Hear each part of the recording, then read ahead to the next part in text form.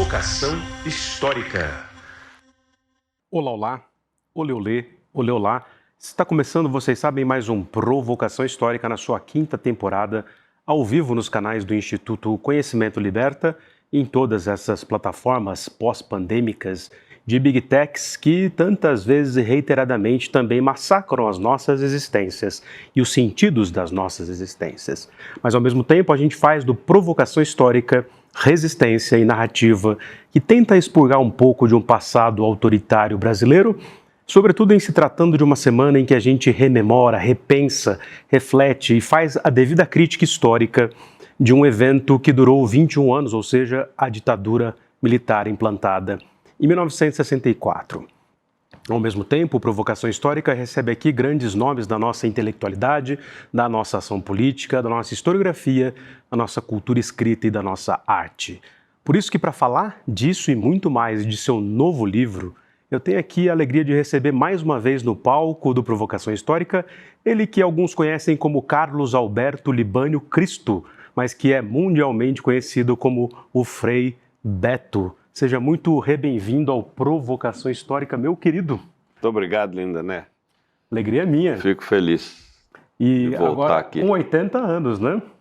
Os primeiros 80. Os primeiros 80. Exatamente. E como que foi essa virada para os 80, que inclusive também é objeto, de alguma maneira, do próprio livro novo, né? Tá aqui na minha mão, gente, ó. Já anuncio desde já aqui para vocês. Fecha aqui, ó, que bonito. Onde, entre outras coisas e causas, o Frei Beto narra tanto a história do Brasil e do mundo, no fim das contas, mas também a sua história familiar, a sua trajetória, por que ele virou escritor. E tá aqui, ó, Quando Fui Pai do Meu Irmão, com histórias impressionantes desse narrador, impressionante também, que é o Frei Beto. Então falemos disso tudo, né? Você fez 80 e... Eu cheguei aos 80, mas os 80 ainda não chegaram em mim. Por quê? Porque eu me sinto muito bem. Às vezes eu vejo amigos, pessoas de 60, 70 anos, que parecem meus avós. Tipo, né? eu. Não é o seu caso, né? Mas outras pessoas, sim, não vou citar nomes, mas eu fico impressionado como tem gente muito mais nova do que eu que parece muito mais velha.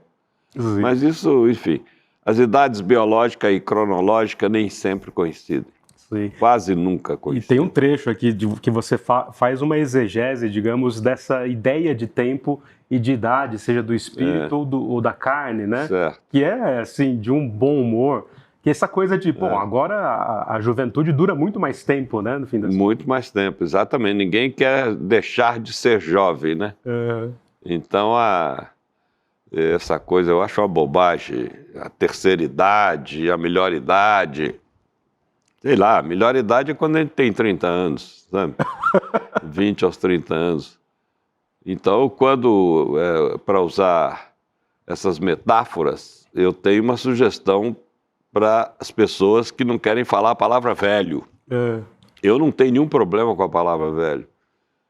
Eu digo é a turma da eterna idade, porque nós estamos mais próximo dela, né? Eterna idade. Ou seja, de transvivenciar, como você diz. Exatamente. Eu não uso o verbo morrer, eu uso o verbo transvivenciar, né? Pela minha fé, porque eu acredito que a gente tem uma outra vida depois dessa, e definitiva. Mas eu acho que, sabe, esse negócio de metáfora, o que importa é a gente se cuidar e saber que essa vida é uma só, então há que imprimir a ela um forte sentido, que é o tema desse livro. Porque não dá para desperdiçar nem um dia da vida. Isso é uma grande bobagem e, infelizmente, muita gente não sabe realmente levar a vida com alegria, com bem-estar, com bom humor. Mesmo diante do sofrimento. Exatamente, mesmo diante do sofrimento. Mas eu acho que justamente o fato da gente ter um sentido na vida imprime uma felicidade ainda quando estamos em situações difíceis ou de sofrimento. Sensacional. E quando fui pai do meu irmão... Então, ó, Frei Beto, Carlos Alberto Libânio Cristo, qual chama ele nome completo, das Minas Gerais para o mundo, que pega um avião a cada 3 dias, segundo ele. Inclusive, estava voltando de Cuba esses dias, já vai para Teresina daqui a pouco. E, de fato, né, quando tiver 100 anos, vai ter, como diz o Luiz Inácio, a energia e o tesão dos 20 anos, porque você é esse jovem impressionante, né? Mas vamos pensar aqui primeiro algumas histórias relativas à efeméride trágica do Brasil, que é o golpe de 64, né? Quer dizer, a sua história, de muitas maneiras, se confunde, é influenciada e influencia a própria história do Brasil recente da ditadura militar. Então, acho que vale falar um pouco sobre o golpe de 64, por que os militares insistem em comemorar como se tivessem livrado o Brasil do comunismo e o que isso significou também na sua trajetória, né? Na verdade, foi um golpe patrocinado pelo governo dos Estados Unidos. O governo João Goulart, que era um governo constitucionalmente eleito, foi derrubado pelas Forças Armadas, porque ameaçava, nem sei se chegaria a fazer a reforma agrária, mas ameaçava fazer a reforma agrária, e uma vergonha, porque o Brasil é um país de dimensões continentais que nunca conheceu uma reforma agrária. Os nossos vizinhos aí, a Bolívia, o Peru, o Equador, que são muito menores, já conheceram várias reformas agrárias. Então a gente tem esse absurdo de muita gente sem terra, né? E muita terra sem gente, porque é terra de negócio, é terra de exploração, é terra do latifúndio. E essa ameaça fez com que os militares dessem o golpe e o golpe foi cada vez mais se aprimorando em crueldade, prisões, torturas, desaparecimentos, sequestros. E durou 21 anos. E o Brasil nunca puniu os responsáveis por todos esses assassinatos e genocídio. Por exemplo, o segmento mais atingido pelo golpe militar de 64 foram os indígenas. Uhum. Eu até fiz um livro recente sobre isso, O Tom Vermelho do Verde, da editora Rocco, mostrando o massacre que foi feito à nação Waimiri-Atuari, na abertura da 174, que é a rodovia que liga Manaus a Boa Vista. E ninguém sabe dessa história, porque o Brasil cometeu o grave erro de clandestinizar o que foi a ditadura, a atrocidade que ela representou, e, ao mesmo tempo, conceder anistia recíproca, que é um absurdo jurídico. Chega a ser, inclusive, ridícula, porque anistia recíproca, se você supõe que o outro lado, no caso, os assassinos e torturadores, também tenham sido investigados, julgados e condenados. E isso nunca aconteceu. E foi o erro que criou, dentro das Forças Armadas, o caldo de cultura melhor expressados pela figura do Bolsonaro. Então, que permitiu a tentativa de golpe do 8 de janeiro de 2023. E é a primeira vez que os generais vão à barra dos tribunais. É a primeira vez que são tornados réus. Infelizmente, isso não aconteceu em relação ao Brasil quanto ao período da ditadura. Aconteceu no Chile, aconteceu na Argentina, aconteceu no Uruguai, e por isso as Forças Armadas lá deixaram inteiramente de ser golpistas. Aqui não. Ainda continua esse caldo de cultura neofascista. E não à toa deu não só na ascensão do Bolsonaro, ainda como permanência de um passado autoritário, né? O porão da ditadura, o brilhante Ustra que torturou a Melinha, né? E aí também nos desdobramentos disso com a tentativa de golpe, né? Exatamente. Aí, acho que depois desses anos todos que você mesmo acompanhou, viveu e influenciou, é a primeira vez que, acho que depois do fim da ditadura, de fato o Supremo está falando da lei de anistia de 79, que tem anomalias, né? No mínimo. Muito anomalias. Foi um erro, é uma lei esdrúxula, porque você não pode anistiar quem sequer foi investigado, e muito menos condenado. Anistia para quem foi condenado. Eu fui condenado 2 vezes. 3 vezes, na verdade. Fui condenado em primeira instância, a 4 anos, pelo Tribunal Militar, a Auditoria Militar em São Paulo. Fui condenado pelo Supremo Tribunal Militar, o STM, e um dos juízes pediu 15 anos, que aumentasse a pena de 4 para 15 anos, mas ele foi voto vencido. E fui condenado pelo STF. A minha pena de 4 anos, na terceira vez, e último recurso no STF, foi reduzida para 2 anos na semana que eu completava 4 anos de prisão. Caramba. De modo, né, que eu tenho um crédito de 2 anos com a liberdade. Exato. Qualquer crime até 2 anos eu posso cometer porque está pré-pago. Inacreditável. Agora, né? nunca fui indenizado por isso e nada. Né? Sabe? Acabou. Eu sei que a pergunta é retórica, mas por que você foi condenado? Fui condenado porque me consideraram terrorista. Nunca peguei em armas, nunca. O que você fazia, no fim das contas? Eu dava apoio a quem lutava contra a ditadura, a quem queria a volta da democracia no Brasil. Por exemplo? Esconder pessoas, passar pessoas que precisavam sair clandestinamente do país na fronteira do Rio Grande do Sul com o Uruguai e a Argentina, porque durante um período eu morei em São Leopoldo, no Rio Grande do Sul. Então eu dava esse apoio, né, de apoio logístico a perseguidos pela ditadura. E fui punido como terrorista por fazer isso. Marighella, as figuras mais procuradas. Sim, porque eu dava apoio sobretudo a figuras do grupo do Marighella, mas também de outros grupos. E, enfim, achava justo. Aliás, é uma tradição da igreja dar apoio, dar exílio, dar acolhida a quem é perseguido, né? Aliás, é uma bem-aventurança, tá? No Sermão da Montanha está lá, bem-aventurados os perseguidos. O próprio Jesus, né, foi perseguido, preso, condenado e assassinado na cruz, que era uma pena de morte dos romanos. Então, eu creio que, sabe, é preciso permanentemente trazer à baila o tema da ditadura. O ideal seria que o Ministério da Educação obrigasse as escolas a ter este tema no seu currículo. Você não pode, no Brasil, fazer uma carreira escolar sem conhecer os ciclos autoritários do nosso país, seja a ditadura de Vargas nos anos 30, seja dos militares nos anos 60, 70, até o início de 80, metade de 80, porque a ditadura acabou em 85, e muito menos você não pode formar alguém na escola brasileira sem conhecer as matrizes religiosas da nossa cultura. Como é que não se toca na escola em candomblé, umbanda, macumba, espiritismo, catolicismo, evangelismo? Tudo isso são temas importantes na formação de um brasileiro ou de uma brasileira.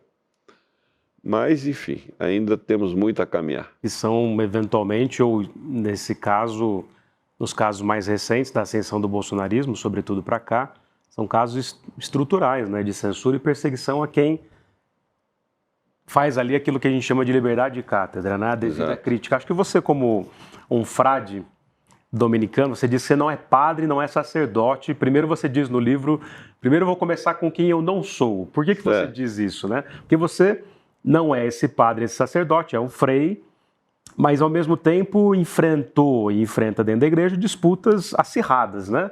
Pela própria ideia do que seja ser um membro da Igreja Católica, né? Sim, a Igreja Católica é um espaço, felizmente hoje, muito democrático, onde existem diferentes tendências, opiniões, etc.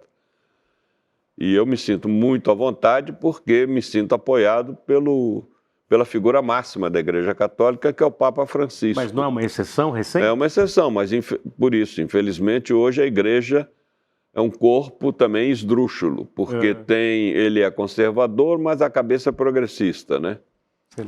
Mas, de qualquer forma, eu me sinto muito apoiado por ele tem muita identidade com a teologia da libertação, enfim, é um homem que fez uma opção pelos pobres, não é à toa que adotou o nome de Francisco, mesmo sendo um jesuíta, né?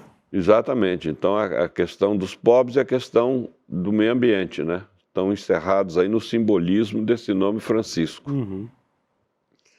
Mas isso faz parte da vida. Lutar, sabe, é constante, né? É constante ao mesmo tempo.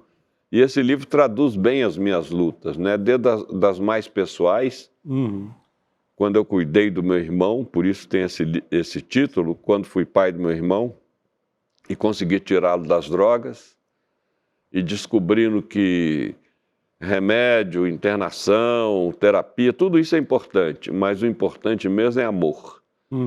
Ai da família que tem um dependente químico e isola esse dependente. Eu sei que muitas famílias não suportam, mas porque não foram orientadas como lidar com eles, né? E aquela ideia absolutamente equivocada que muitas famílias têm de que eu vou internar, vou isolá-lo, fico aqui na tranquilidade, ele e os médicos lá e os remédios que cuidam. E não funciona assim. Não funciona assim. Você precisa realmente aplicar uma forte carga de amor em cima de uma pessoa na dependência química. Aí sim você consegue tirá-la do buraco. Impressionante. Agora, não é fácil amar sem reciprocidade imediata, né? Esse é o grande desafio. Porque, em geral, o dependente químico, ele tem momentos ali ardilosos de mentira mesmo. Exatamente, ele né? suga as nossas energias, suga fortemente. Então é preciso realmente estar habilitado, estar preparado para isso. Eu, felizmente, né, primeiro por disposição de vida, de princípios, e segundo, tive a sorte de me cercar de terapeutas que me orientaram muito bem na forma de me proceder com meu irmão.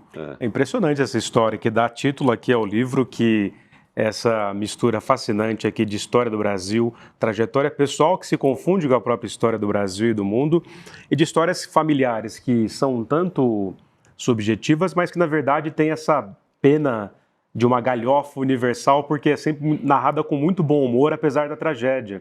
Que o Frei também, acho que... Como é que era no Nome da Rosa? Que era o São Mauro, que falava que... Não me lembro agora. O humor não é um estado de espírito, é uma visão de mundo, né? E sempre muito bem humorado. Então essa história é do Toninho, seu irmão mais novo, não é isso? Tonico. Que era esse jovem rebelde e tal, e de repente cai no mundo das drogas.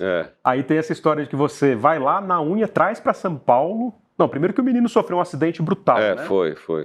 De moto, De moto. Depois ele vem para São Paulo e aqui vem passar uns dias e fica 5 anos comigo, porque a família é de Belo Horizonte. E foi aí que você enfrentou... Exatamente. Todos porque ele ficava desafios. agressivo, né? Ficava. Descontava em você.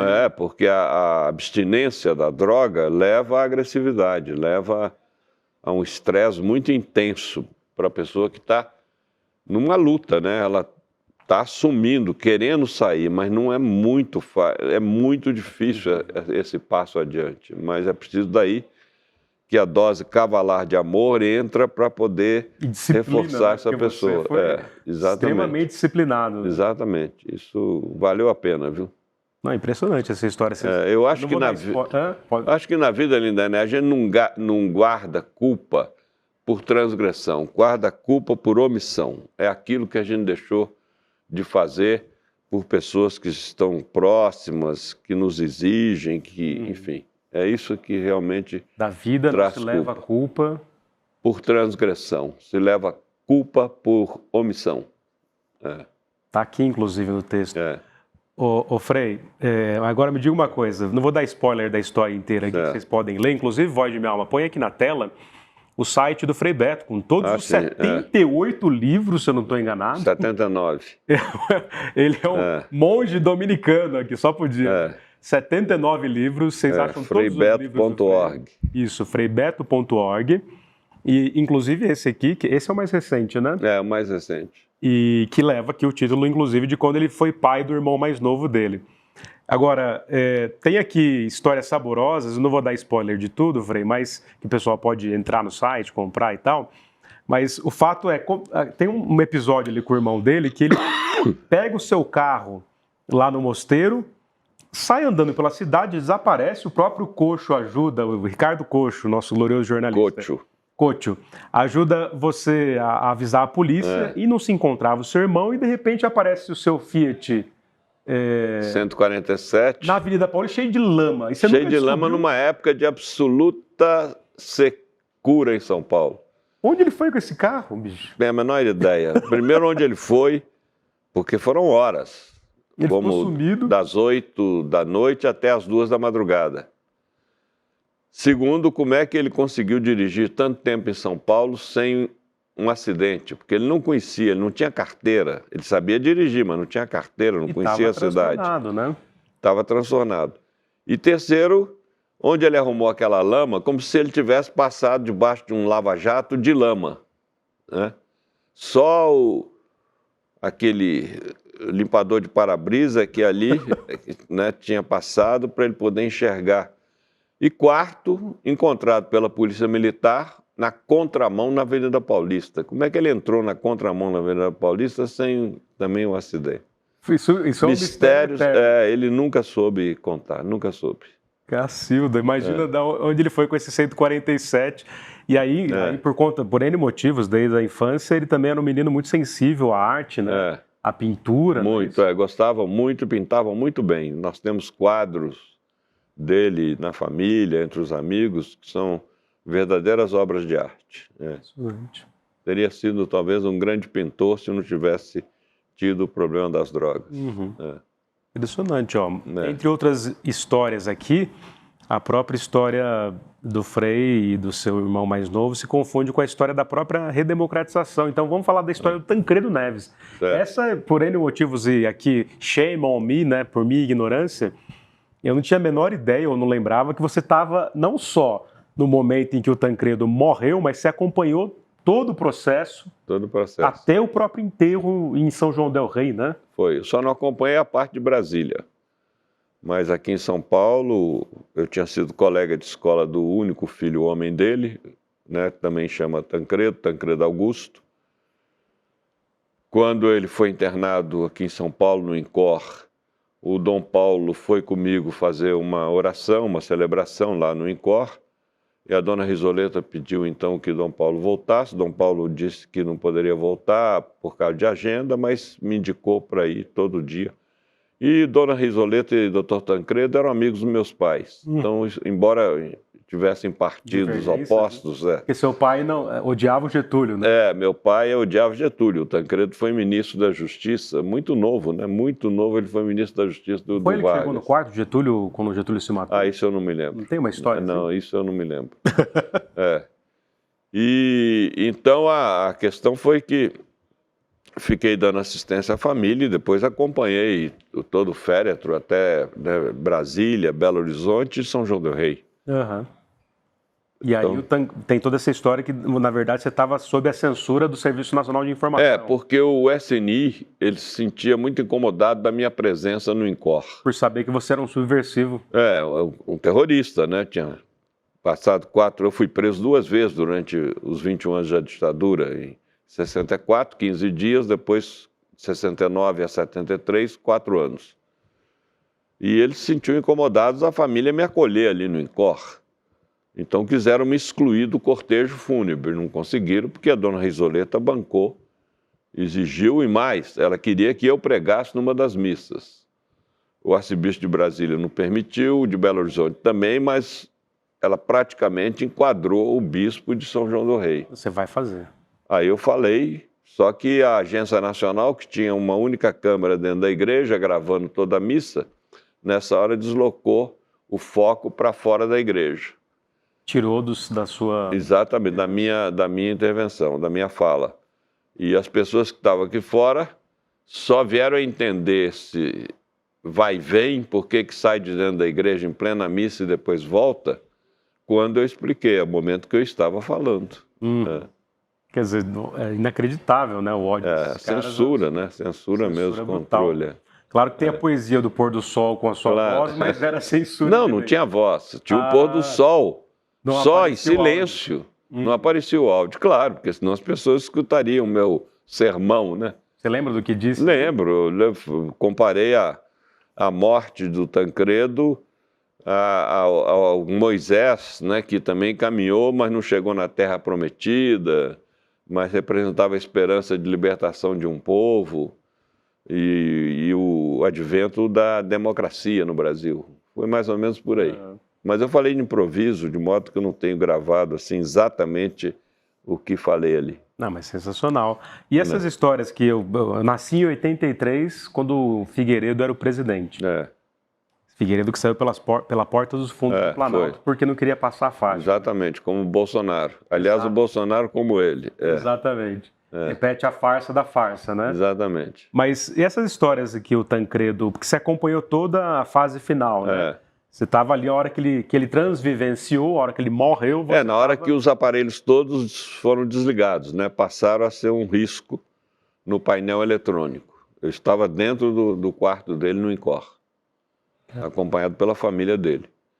As histórias eu já ouvi as histórias mais esdrúxulas, é tudo lenda. Tudo né? lenda. De fato, ele morreu ali, não foi morto antes nem nada, ele morreu ali depois de 7 cirurgias. É uma diverticulite, né? É, uma diverticulite que se transformou em 7 cirurgias, contaminação, porque ficava muita gente, principalmente em Brasília, muitos políticos presentes na sala de cirurgia, que é um absurdo. Caramba, tudo... Problema de contaminação e tal. Então teve uma série de descuidos, na verdade. Muitos descuidos.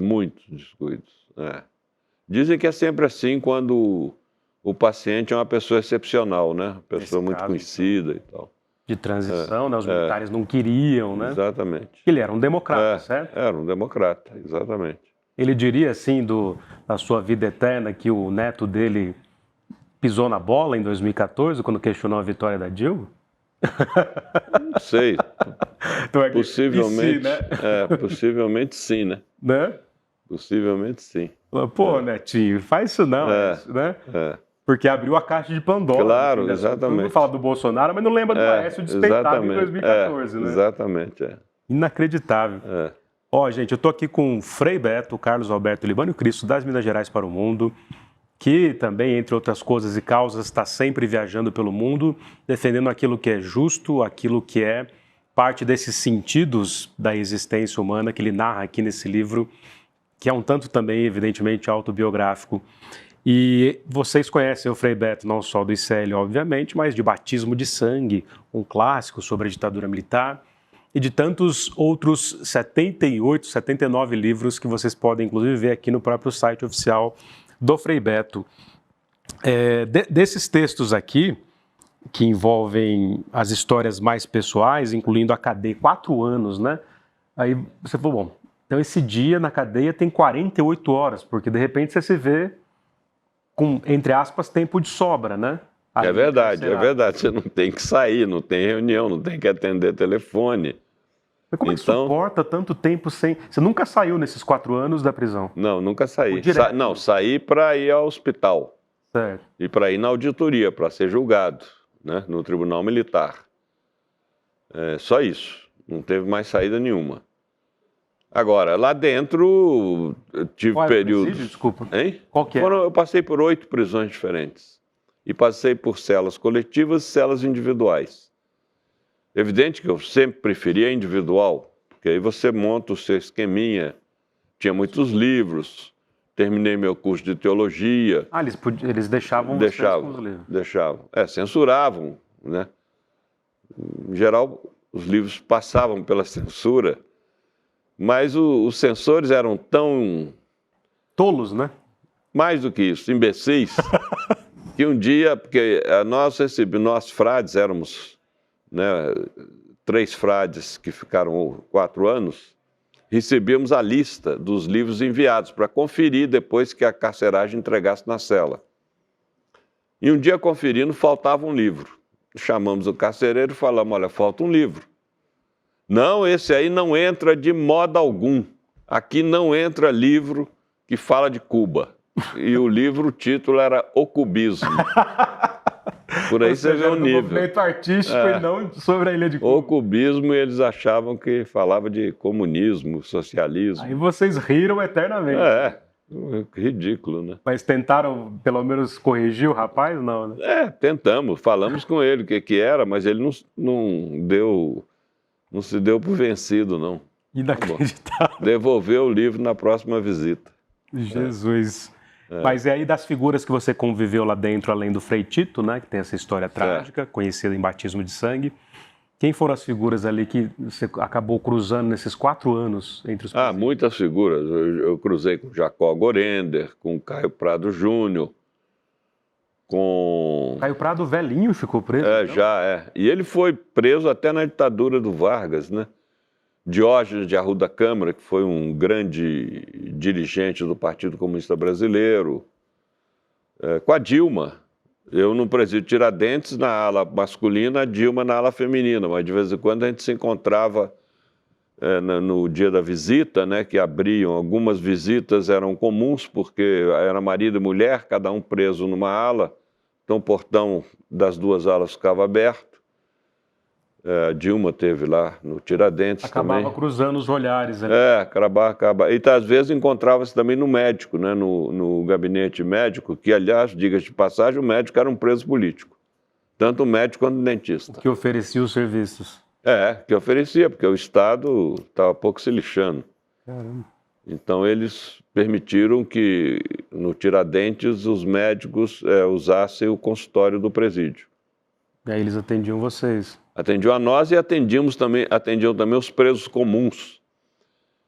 Ilegais. Ilegais porque a polícia prendia o sujeito na rua, não informava a justiça, então era um caso de sequestro e desaparecimento. Mesmo que o cara não tivesse atividades políticas. Eram geralmente bandidos mesmos. Certo. Né? Assaltantes, ladrões, enfim, traficantes, prendiam, e aí eram 2, 3 dias de tortura até o cara entregar o que a polícia queria. Então aí tinha 2 caminhos. Caminho 1, comunicar à justiça que o seu José da Silva está preso, né? É como se ele tivesse sido preso hoje, não há 3 dias atrás. Uhum. Espancado, ele ia fazer curativo na mão do médico preso político. Isso. E graças a esses médicos é que a gente pôde processar o Esquadrão da Morte. Agora, o caminho 2, outros eram levados para a periferia de madrugada e fuzilados pela polícia. Esquadrão da Morte. Rito sumário. Rito sumário. Mas já estavam presos há 3, 4, 5 dias. E aí vinha a versão do confronto. Então, meus amigos e amigas, desconfiem sempre da versão policial. Porque ela é estrutural. Principalmente esse negócio de confronto, sabe? Às vezes o cara já está na mão da polícia, devia estar na mão da justiça, mas a polícia é assassina muitas vezes. Muitas vezes, nem sempre. Uhum. Mas muitas vezes é integrada por assassinos. Bem, a gente vê aí casos, né, comuns, né, de PCC, de policiais que se misturam com a bandidagem, etc. Uhum. Então é uma coisa muito complicada ali. Tem um ponto interessante nessa fala.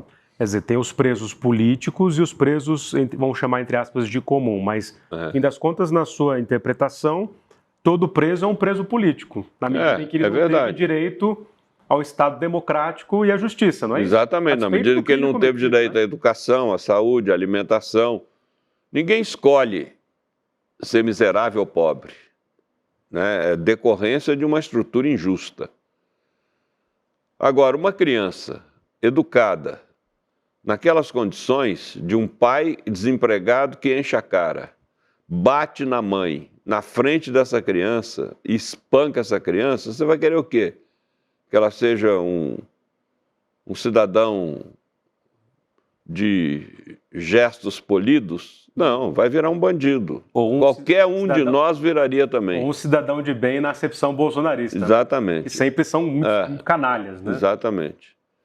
Então, sabe, foram experiências muito fortes, que estão aí descritas no Batismo de Sangue, nas minhas cartas da prisão, e no livro Diário de Fernando, em que eu conto o cotidiano da prisão. Por que Fernando? Porque foi o Frei Fernando que apontou os detalhes do dia a dia. Mas como ele não era nem jornalista nem escritor, fui eu que dei a redação e, em homenagem a ele, eu intitulei o livro. Sensacional. Então, Diário de Fernando? Diário de Fernando, nos cárceres da ditadura militar brasileira, é o subtítulo, da editora Rocco. Também está no seu site. Tá no site, E Frei, nessa história toda dos 4 anos de prisão, teve alguma coisa, ou teve muitas coisas que você não pôde fazer, assim, não em termos de omissão, mas que não tinha o que fazer diante daquela truculência toda? Sim. Amigos morrendo. Amigos morrendo, Frei Tito sendo barbaramente torturado, que o levou depois ao desequilíbrio mental e ele acabou pondo fim à própria vida. Vi em Presidente Venceslau, na penitenciária, aqui no interior de São Paulo, facadas, estiletadas, gente morrendo na frente da gente, e a gente trancado na cela sem poder fazer nada. Então, realmente há muita violência, porque eu fiquei 2 anos como preso político, aí não havia violência. E 2 anos misturado com os comuns. Nesses 2 anos dos comuns, sim, eu fui testemunha de muita violência.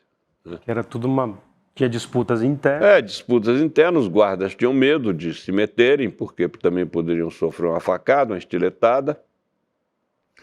E dane-se, né, deixar morrer. E a gente, principalmente 6 presos políticos, que conviveram muito tempo com os presos comuns, esses 2 anos, nós tínhamos autoridade para poder evitar as brigas de arma. Vocês viraram uma espécie de... porque na verdade nós éramos uma espécie de Al Capone. A fama de terrorista fazia com que eles tinham medo da gente. É mesmo? Os presos comuns acreditavam... Nós tínhamos mais medo deles do que... Mas aí logo descobrimos que o diretor lá em Venceslau, para evitar que eles se aproximassem da gente, disse, olha, vocês não fiquem amigos deles não, porque senão vocês vão complicar a pena de vocês, eles são terroristas. Então a gente ganhou o status de super bandido, de gangster, de Al Capone. Nossa. E tinham medo da gente. Aí vocês usavam isso Usavam isso para poder intervir nas brigas deles, para poder melhorar as condições carcerárias. Para manter um universo de paz. Exatamente, exatamente. Nós tínhamos muita moral ali em cima da massa carcerária. E aí você também acabava aconselhando, né? Muito. Os dilemas mais triviais. E fizemos 3 atividades que recuperou alguns presos, né? Recuperaram alguns presos. Fizemos um curso supletivo de ginásio, seria o EJA hoje, né? Uhum. Na época chamava Madureza. Fizemos um grupo de teatro e fizemos grupos bíblicos. E até hoje eu encontro ex-presos comuns que, graças ao nosso trabalho, não voltaram ao crime. E às vezes eu vou lançar livro, aparece alguém dizendo, nós somos colegas, tal, enfim, se identifica. História. Você já tem essa sensação? É que você vai viver até os 120, você e o Luiz Inácio, que você inclusive foi assessor especial, né? Lá para o Fome Zero, né? Fome Zero. Mas como você vai viver 120 anos, talvez essa pergunta não faça tanto sentido, mas esse acúmulo de memórias assim, vem assim na sua cabeça? Porque, são tantas coisas, né? É só acionar, né? Não, tem muitos detalhes que eu não lembro. Agora mesmo, ao chegar aqui, um colega seu falou que viajou comigo para Cuba. Eu não lembrava dele, porque era uma delegação muito grande. E você foi tantas vezes também. Então não me lembrava dele, mas, enfim. A memória da gente é meio seletiva também, meio... Ela tem caminhos interessantes. Mas eu costumo ter boa memória. Totalmente. Sobre essa questão da sua atuação, né, de frei dominicano, e tudo é uma atuação política, nesses dias o ICL postou um corte da entrevista que você fez aqui no Provocação há mais de um ano atrás. Foi. E viralizou, porque você fala de Jesus como um prisioneiro político. E aí, os comentários, além dos elogios os mais variados, a sua figura, a sua luta, enfim, a sua presença no mundo e sua existência cheia de sentidos plenos, né? Muita gente ainda escreve discurso de ódio dizendo, bom, mas isso não é a atitude de um membro da igreja ou de um frei, que é distorcer o evangelho para uma causa comunista. O que você diria para essas pessoas? Eu diria que elas são ignorantes, não entenderam o contexto do evangelho.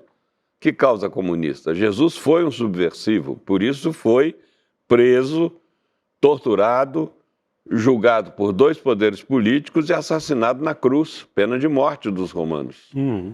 Enfim, então isso não há como falar qualquer outra coisa.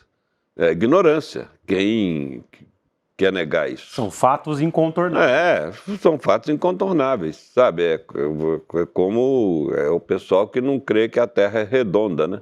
Terraplanistas. Os terraplanistas, deve ser. Jesusplanistas. Não sei então qual é a versão que eles têm para a morte de Jesus. E olha que a gente celebra a paixão de Jesus todos os anos na Semana Santa. Será que eles nunca leram? Ali está a prisão, ali está a tortura, ali está o interrogatório, ali está a execução dele na cruz? Inacreditável. É inacreditável, realmente. Ainda mais que na tradição católica cristã tem imagem para tudo que é lado. Agora, essas pessoas têm preconceito, Linené, sabe? Então, elas nunca vão aceitar que eu tenho razão. Até porque elas não sabem ler a Bíblia, elas leem o texto fora do contexto. Eu chamo de pescaria de versículos. Então elas se perdem ali, né? Sabe, não tem nenhuma formação bíblica, etc. Recomendo a elas que leiam a minha tetralogia, né? Sobre os evangelhos, Jesus militante, Jesus rebelde, Jesus revolucionário, que já saíram, sobre Marcos, Mateus e Lucas. E agora vai sair pela editora Vozes o Jesus amoroso, sobre o evangelho de João. Que é a quarta Que é a quarta e última. Impressionante. Mas aí tem uma questão também que acho que quando eles destilam esses ódios todos nas redes, mas não só, você deve ter ouvido isso ao longo da vida, na própria igreja, né, nessas disputas internas, que é, bom, mas você está fazendo uma interpretação marxista do evangelho, e aí? Meu caro, deixa eu falar, vão falar sempre. Vão falar sempre. Eu não me importo com isso que eu faço. Marxista, eu prefiro fazer uma interpretação marxista do que capitalista, né? De que Jesus veio aqui para abençoar os ricos e amaldiçoar os pobres. Prefiro. Vou fazer que nem o Cacá Rossetti, repita. Eu prefiro fazer uma interpretação à luz do método marxista da Bíblia do que à luz do capitalismo, que diz que Deus abençoa os ricos e amaldiçoa os pobres. Não precisa dizer mais muita coisa, né? Só que aí tem todo esse fantasma do comunismo. Que fantasma de comunismo? Comunismo, meu nunca caro. Nunca ameaçou de vado, né? Me lembro de conversa de dois caboclos lá na roça. Compadre, estão falando muito no tal de comunismo. Você sabe o que é? Compadre, eu não sei não, mas só pode ser coisa boa, porque tudo de ruim já apareceu aqui, isso aí nunca apareceu.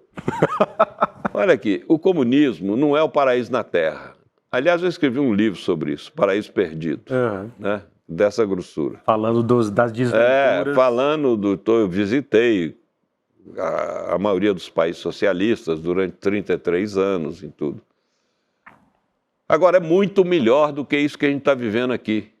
Por quê? Porque todos têm assegurado pelo Estado a sua cesta básica mensal, a saúde é inteiramente gratuita, seja para o filho do ministro, seja para o filho do lavrador, a mesma cirurgia com a mesma sofisticação absolutamente gratuita, e a educação também é absolutamente gratuita. Cara, são os 3 direitos humanos fundamentais, são esses: alimentação, saúde e educação, pela ordem. Então, tem muitos problemas no socialismo? Tem, muitos problemas. Muitas vezes não tem pluripartidarismo, o governo autoritário, tem muitos problemas. Agora, que a dignidade das pessoas é muito mais valorizada do que no capitalismo, não tem a menor dúvida. Para um socialista é uma aberração ver um homem, uma pessoa, uma mulher atirado numa calçada pedindo esmola. Isso é uma aberração, sabe? Que acontece em São Paulo. Exatamente, eu nunca vi uma vaca faminta na esquina. E tem gente, né? Isso é uma aberração. Então a gente precisa acabar com a desigualdade social. Esse é o grande desafio da economia, acabar com a desigualdade. Todas as pessoas merecem ter uma vida digna. Não precisa ter igualdade total, mas que ninguém pode viver na pobreza, na carência, de jeito nenhum. Isso é inadmissível. Você tem uma frase do Mark Fisher, que é um dos estudiosos, que inclusive acabou se matando, do capitalismo tardio, que ele diz que é mais fácil imaginar o fim do mundo do que imaginar o fim do capitalismo. Por que isso, velho? Por que Porque o capitalismo tem uma capacidade de se reproduzir muito grande, na medida em que ele controla o dinheiro. E o dinheiro corrompe, o dinheiro se impõe sobre os poderes, enfim. Essa acumulação privada da riqueza é um escândalo, né? É um supremo pecado na minha concepção teológica. Mas ocorre. Então, é um horror isso, sabe? Mas eu acho que o capitalismo vai acabar um dia. Como e quando, eu não sei. Mas, sabe, na história, se pensava que o feudalismo não ia acabar nunca. Durou 1000 anos, mas acabou, né? Então, há outros tipos de modelos sociais que tiveram fim, começo, meio e fim. E o capitalismo terá o seu também. Se for pensar nos 1000 anos, a gente está ainda nos 600 anos. Exatamente. Vamos pensar em 1492. Do capitalismo, nem 600. Do capitalismo, nós estamos a 200, 250 anos. Se for pensar no industrial, sim. Né? Industrial. Mas ali desde as cidadezinhas italianas, sim, né? Da manufatura e tal, Tem aí 600 e poucos anos. Exatamente. Se tiver mais 400 anos disso, não só sofreremos loucamente ainda, como as próximas gerações. Claro, as próximas gerações, exatamente. E o que você tem a dizer a essas gerações que estão aí chegando, inclusive nas redes, muitos desses jovens, até adolescentes ou pré-adolescentes, dizendo que a CLT, as leis trabalhistas, são, para quem tem, um sinônimo de fracasso, que elas xingam as outras crianças, você é um CLT. Por que essa demonização da proteção social do trabalho? Porque eles foram deseducados politicamente pelo capitalismo e acham que todo mundo só é independente, autônomo e bem-sucedido se for empreendedor. E quem tem CLT não é empreendedor, é trabalhador com carteira assinada. Isso é uma burrice, mas uma burrice total. Sabe? Não tem a menor lógica isso aí. É uma questão de dignidade ter carteira assinada, ter um trabalho, ter as leis trabalhistas me protegendo na minha atividade profissional. Isso, sabe, mas enfim, estamos cercados de ignorância, de bestialidade, e as pessoas ficam aí perdendo tempo nas redes digitais, achando que estão navegando, estão naufragando, perdem tempo, não aprendem nada, estimulam o ódio, a competitividade e estão jogando a vida fora. Né? As redes são ótimas? São, servem para muita coisa, mas tem um uso abominável. Tá viciante, abominável, exatamente. É como, sabe, se você entrar num cassino e jogar na roleta e ganhar uma vez, não entre de novo, porque a sorte não é toda hora que bate. Agora esse pessoal fica nessa roleta digital se matando, interminável. E as big techs nas mãos dessas grandes corporações que estão comprando. Né? E elas não existem nem para nos informar, nem para criar intercomunicação entre nós. Existem para vender mercadoria. Sempre falando e dizendo, e para não perder a oportunidade, está sempre indo para Cuba, fazendo uma série de trabalhos fundamentais. Eu fiquei pensando esses dias em você, quando eu te escrevi para você vir aqui no Provocação, te convidando novamente. Eu pensei, caramba, o que impede o Donald Trump de invadir Cuba, como os americanos já fizeram outrora? Já invadiram vários países, mas não invadem Cuba porque eles não são burros. Eles sabem que eles são capazes de derrubar governos, como derrubaram o governo do João Goulart aqui há 61 anos atrás. Mas não são capazes de derrubar um povo. A surra que levaram no Vietnã, um povo pobre, camponês, 8 anos de guerra. Esse povo venceu o exército francês e o exército dos Estados Unidos.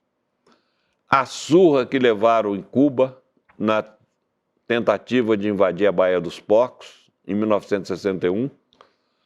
A surra que levaram recentemente, há 3 ou 4 anos atrás, no Afeganistão. Então, eles são imbecis, mas não são tontos. A ponto de, sabe, vamos invadir Cuba. Invadir Cuba como? se eles vão enfrentar um povo, não vão enfrentar um governo. Teriam que jogar alguma povo bomba resiliente. de arrasa quarteirão, né? Mas a bomba que arrasa quarteirão em Cuba é complicado para quem está a 1 hora de distância. Né? A distância entre Havana e Miami é a mesma do Rio para São Paulo. É 1 hora de voo. Muito perto, né? É, muito perto. Para os nadadores vai até nadando. Exatamente, até nadando. Então... Mas aí é evidente que mais do que o Biden, o Trump vai endurecer. Está endurecendo. O embargo. Tá aumentando. Embargo não, bloqueio. O bloqueio. Por quê? Porque embargo é o uso que os americanos fazem do criminoso bloqueio que eles mantêm sobre a ilha há 64 anos. Impedindo a ilha de ter medicamentos, impedindo a ilha de importar alimentos, impedindo a ilha de ter matéria-prima, impedindo uma série de coisas. Eles querem asfixiar Cuba, e não conseguem, porque é um povo resiliente, é um povo heróico, né? Não consegue. E o que você teria a dizer aos críticos de Cuba que tucanam as expressões, ficam usando eufemismos neoliberais? Fidel é um ditador, Cuba é uma ditadura e sempre foi. Por que não é? Eu tenho a dizer que assistam o filme do Eduardo Moreira, Vai para Cuba Comunista, né? Um documentário, eu não sei, deve estar no YouTube. Tá na plataforma do ICL, inclusive. Na plataforma do ICL, pois é, veja aí, sabe? Agora, sempre vão dizer mal, né? Aqueles que são de direita, aqueles que são envenenados na sua consciência pelo reino do dinheiro, do oportunismo, da corrupção, sabe, sempre olharão para um país como Cuba como um país ditatorial, etc. Isso por quê? Porque Cuba tem um partido único. Então é ditadura? Mas não é ditadura. Tanto que Cuba faz parte da ONU, Cuba faz parte da FAO, Cuba faz parte da Unesco, Cuba é um país... Aliás, diga de passagem, que tem um índice de felicidade muito alto e, ao mesmo tempo, o único país do terceiro mundo que criou 5 vacinas contra a Covid. O único. Incrível, né? Exportou vacina para o México, para a Venezuela, para o Irã e mandou médicos cubanos, porque Cuba tem excesso de médicos, para a Itália, porque médicos italianos não queriam sair de casa para atender os pacientes com medo de se contaminarem. Impressionante, né? A tenacidade e resiliência dessa formação humanista, né? Exatamente, Cubano é um povo muito feliz. Agora não, está vivendo muita dificuldade por causa do bloqueio, foi apertado pelo primeiro mandato do Trump, também mantido pelo Biden, e agora o Trump está apertando mais ainda. Então o povo está passando muitas dificuldades, inflação, carência de alimentos, sobretudo de combustível, né? Porque Cuba depende muito de energia importada, não produz petróleo, e não tem rios, não tem energia hidráulica, então agora que eles estão tentando fazer uma adaptação para energia eólica e solar, né? Mas estão vivendo muitas dificuldades. Mas como já passaram também por outros períodos assim, vão em frente. E você acha que eu fui uma vez só em 2013, inclusive com amigos que fizeram história comigo e tal, aí os historiadores jovens, com 30 anos, 28 anos, a gente foi, né? Vamos ver a revolução, né? Vamos ver qual é que é. Aí a gente brincava e quando a gente via algum luxo, além de toda essa... de uma certa camada de penúria, mas não de miséria, como você mesmo sempre diz. A gente, a revolução permite isso, né? Sei lá, as mansões na região lá das embaixadas. Mas o fato é que me impressionou muito a questão do turismo e de como muita gente que é médico formado, engenheiro formado, inclusive eu nunca vi tantos afro-cubanos ou afro-descendentes de africanos nas Américas com ensino superior, diferente do Brasil, que só recentemente começou esse processo. Claro. Então você vê lá um sujeito bem formado e tal, um acesso à universidade que o Brasil nunca teve. Mas esse turismo me incomodava porque eles começavam a ganhar em dólar e começavam a mudar de padrão. Então você tinha um médico ali que tinha um paladar, né, um restaurante na casa dele, começava a ganhar em dólar e você via uma disparidade brutal. Você acha que isso não vai acabar solapando Não, o risco é muito grande, mas Cuba teve que recorrer a esses métodos porque por uma questão de sobrevivência diante do bloqueio. Esse é o problema. E como é um país muito pequeno, né, do tamanho de Santa Catarina, que tem 11 milhões de habitantes, tem um problema de emprego. Então, muitas vezes, por exemplo, na área médica tem excesso de médicos. Então, é comum que o médico, então, vá ser taxista, vá ser... Agora, não dá para comparar salário de cubano com salário de brasileiro. Por quê? Porque o cubano tem subsídio na alimentação, no consumo de energia, no consumo de água. Então, sabe, não existe morador de rua em Cuba. Não existe. Todo mundo tem sua habitação, mas também não existe ninguém que tem 5 casas para alugar. Isso não existe. Não tem essa... Não, a Revolução acabou com isso. Você tem 10 casas, 5 casas, escolhe uma, as outras são propriedade do Estado. E aí, é claro que os ricos chiam, o comunismo, horror. Que horror nada, cara, isso é justiça. Sabe? Justiça. O erro é a gente viver numa sociedade que permite as pessoas acumularem riqueza, enquanto outras padecem fome. Isso. Esse é que é o erro. Carlos Alberto Libânio Cristo, sempre dando aqui o recado que interessa a nós e ao mundo. Para não perder a oportunidade aqui, inclusive conheçam os cursos do Instituto Conhecimento Liberta.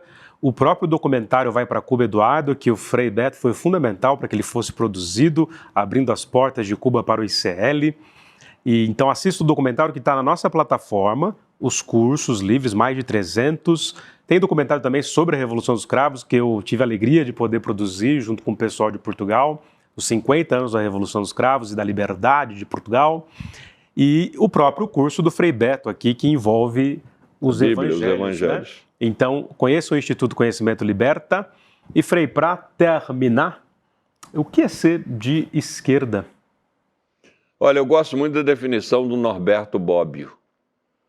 São de esquerda todas as pessoas indignadas diante da desigualdade social. E são de direita todas as pessoas que acham normal a desigualdade social, que naturalizam a injustiça.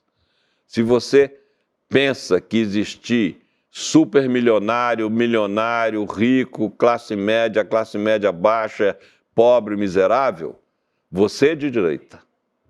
Agora, se você fica indignado porque esses seres humanos estão vivendo com tamanha desigualdade e a maioria na privação dos seus direitos básicos, você é de esquerda. Simples. É isso, Frei. Uma alegria na minha vida ter cruzado o seu caminho.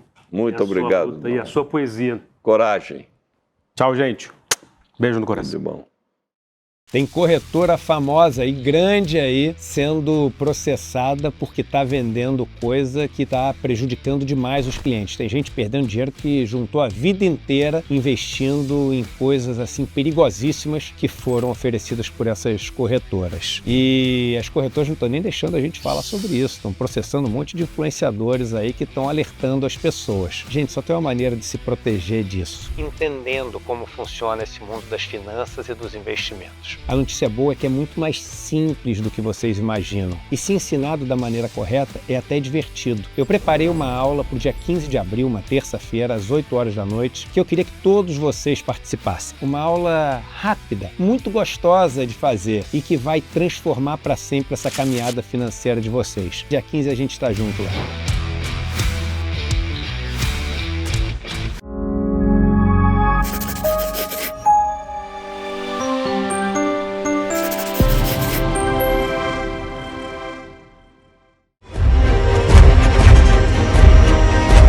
Provocação histórica.